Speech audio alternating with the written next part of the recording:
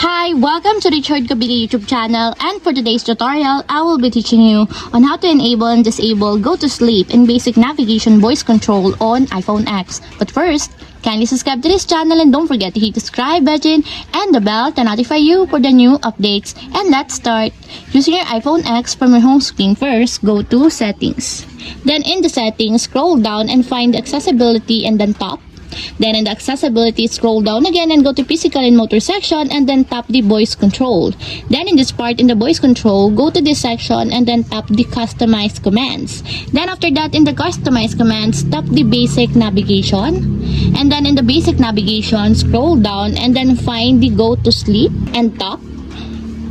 Then in the go to sleep, as you can see that it is already enabled. But you have to activate also the switch button under the confirmation required to fully activate or fully enable the go to sleep under the basic navigations until it becomes green.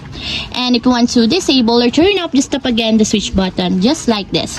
And that's it, we have successfully enabled and disabled go to sleep and basic navigation voice control on iPhone X. If you have a question, can you comment down below and don't forget to hit the subscribe button and the bell to notify you for the new updates. And thank you for watching.